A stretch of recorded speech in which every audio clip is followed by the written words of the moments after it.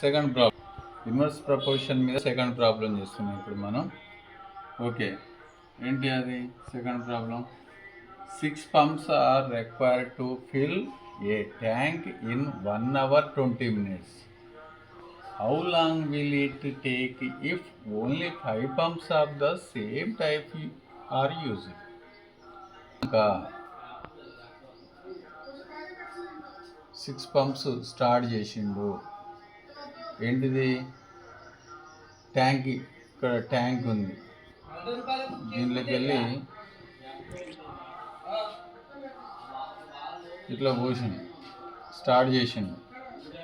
6 pumps start చేస్తే ఇది నిండడానికి 1 hour 20 minutesలో నిండింది. బట్ ఇప్పుడు ఏమంటున్నాడు? 5 pumps అయితే, ఒకవేళ 5 pumps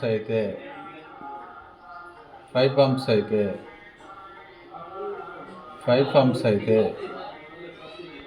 ఇది ఎప్పుడు నిండుతుంది అంటే ఇక్కడ 6 pumpsకే 1 hour అయింది, 1 hour 20 minutes. మరి 5 pumps అయినప్పుడు తక్కువ అవుతుంది కదా, అది ఎక్స్పెక్ట్ చేయాలి మనం ఇక్కడ.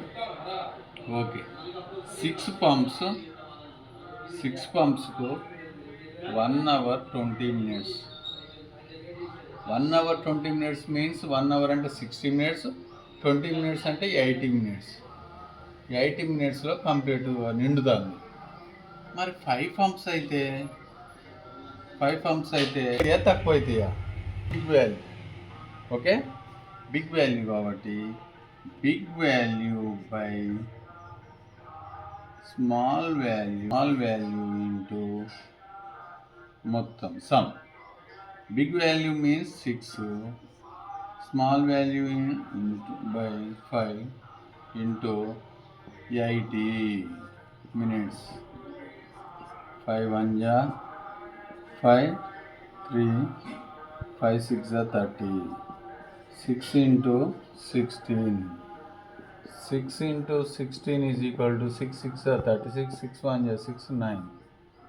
96 minutes. 96 minutes అంటే ఏంటి?